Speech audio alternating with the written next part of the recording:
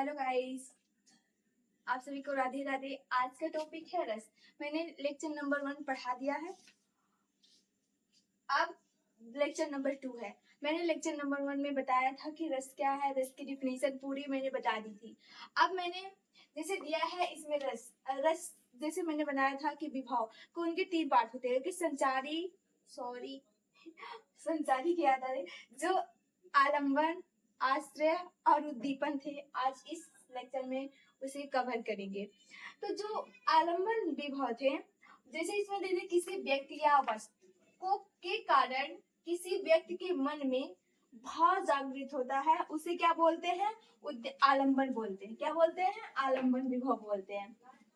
तो जो आलंबन के 2 पक्ष होते हैं। कौन कौन से 2 पक्ष होते हैं? एक आश्रय और एक विस्मय आलंबन।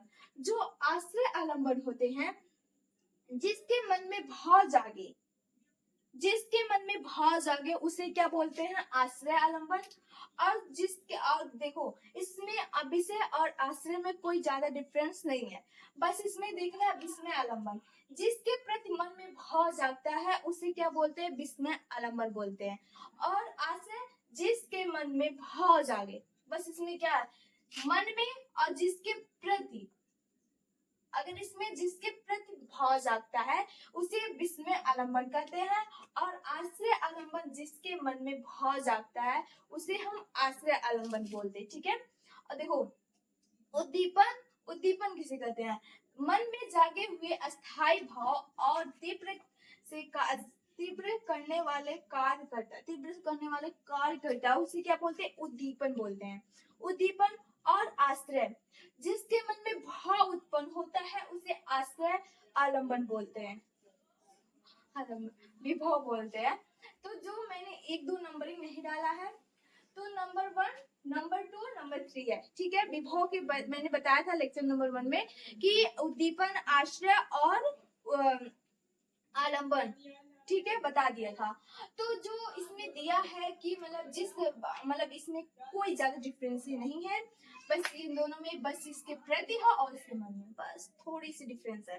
और जो संचारी भाव है, इसमें वैसे संचारी भाव मतलब जो भाव मन में बुलबुले की तरह बनते फूटते रहते हैं या कम समय के लिए उत्पन्न होते हैं, क्या बोलते हैं? उसे संचारी भाव बोलते हैं। क्या बोलते हैं? संचारी भाव बोलते हैं।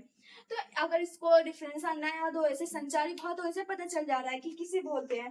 तो इसमें दे दिया है कि अगर सोचो कुछ समय के लिए वो उत्पन्न होता, ऐसी कुछ चीज हो कि तुम्हारे कुछ समय के लिए, कुछ क्षण के लिए वो उत्पन्न हो, फिर अपने मन से वो बनता बिगड़ता, बनता फूटता जाता है।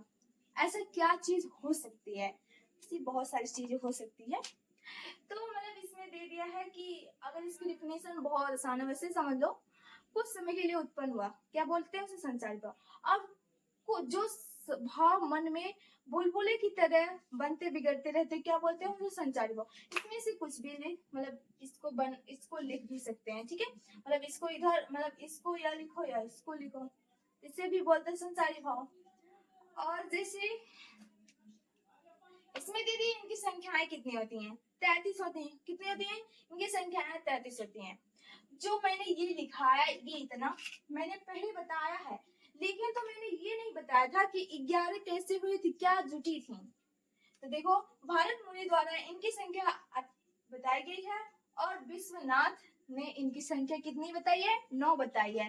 बाद में 2 रस, भक्ति एवं वात्सल भी जोड़ दिया गया, अतः रसों की संख्या 11 बताई। कितनी बताई गई है? 11 बताई गई है। कौन कौन से रस जोड़े गए हैं? भक्ति या वात्सल रस दोनों जोड़े गए हैं। क्या बोले गए? उनके जोड़े गए हैं तो उनको क्या बताया गया है? भक्ति रस बताया, सॉरी, भक्ति रस और वात्सल रस जोड़े गए हैं। तो अतः उस रसों की संख्या कितनी बताई गई है? 11 बताई गई है। ठीक है। और इसमें जैसे दे दिया है, बस इसमें मैंने इस लेक्चर में मैंने इतना ही कवर किया है। तो बस इसमें बता देते हैं कि मैंने नंबरिंग नहीं डाली है, बस इसमें डैश करके लिख दिया है। उसे नोटिस कर लीजिएगा कि मतलब नंबर 1, नंबर 2, नंबर 3 ये तीनों बस एक में है, और जो आलंबन के 2 पक्ष इसमें इतना लिखवाया, और इनकी 33 संख्याएं होती हैं। ठीक है। आप सभी को राधे राधे। अब मिलते हैं अगले वीडियो में, तब तक के लिए बाय बाय।